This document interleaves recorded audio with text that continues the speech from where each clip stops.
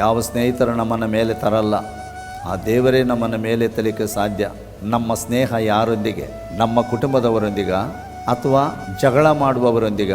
ಯಾರೊಂದಿಗೆ? ಜೇಡಿ ಮಣ್ಣು ಬೇರೆ ಮಣ್ಣೊಂದಿಗೆ ಸೇರಿದರೆ ಅದು ಒಂದು ಪಾತ್ರೆ ಆಗಲಿಕ್ಕೆ ಸಾಧ್ಯನಾ?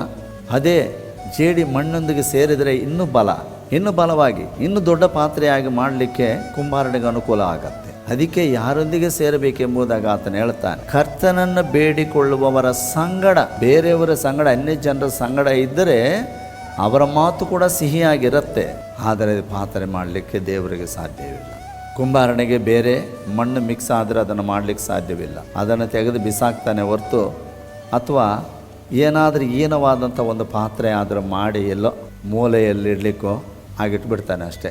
ಅದು ಜನರ ಮುಂದೆ ಎಲ್ಲ ಜನರಿಗೂ ಉಪಯೋಗವಾಗುವಂಥ ಪಾತ್ರೆ ಮಾಡಲಿಕ್ಕೆ ಆಗಲ್ಲ. ನಮ್ಮನ್ನು ಪರೀಕ್ಷೆ ಮಾಡಿಕೊಳ್ಳೋಣ.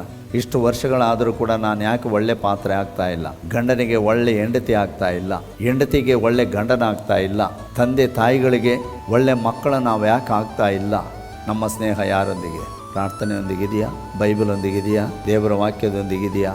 ನಮ್ಮ ಬದುಕು ಇವತ್ತು ನಮ್ಮ ಕೈಯಲ್ಲೇ ಇದೆ. ಆತನ ಕೈಯಲ್ಲಿದ್ದರೆ ಸರಿಯಾದ ಪಾತ್ರೆ ಮಾಡ್ತಾನೆ.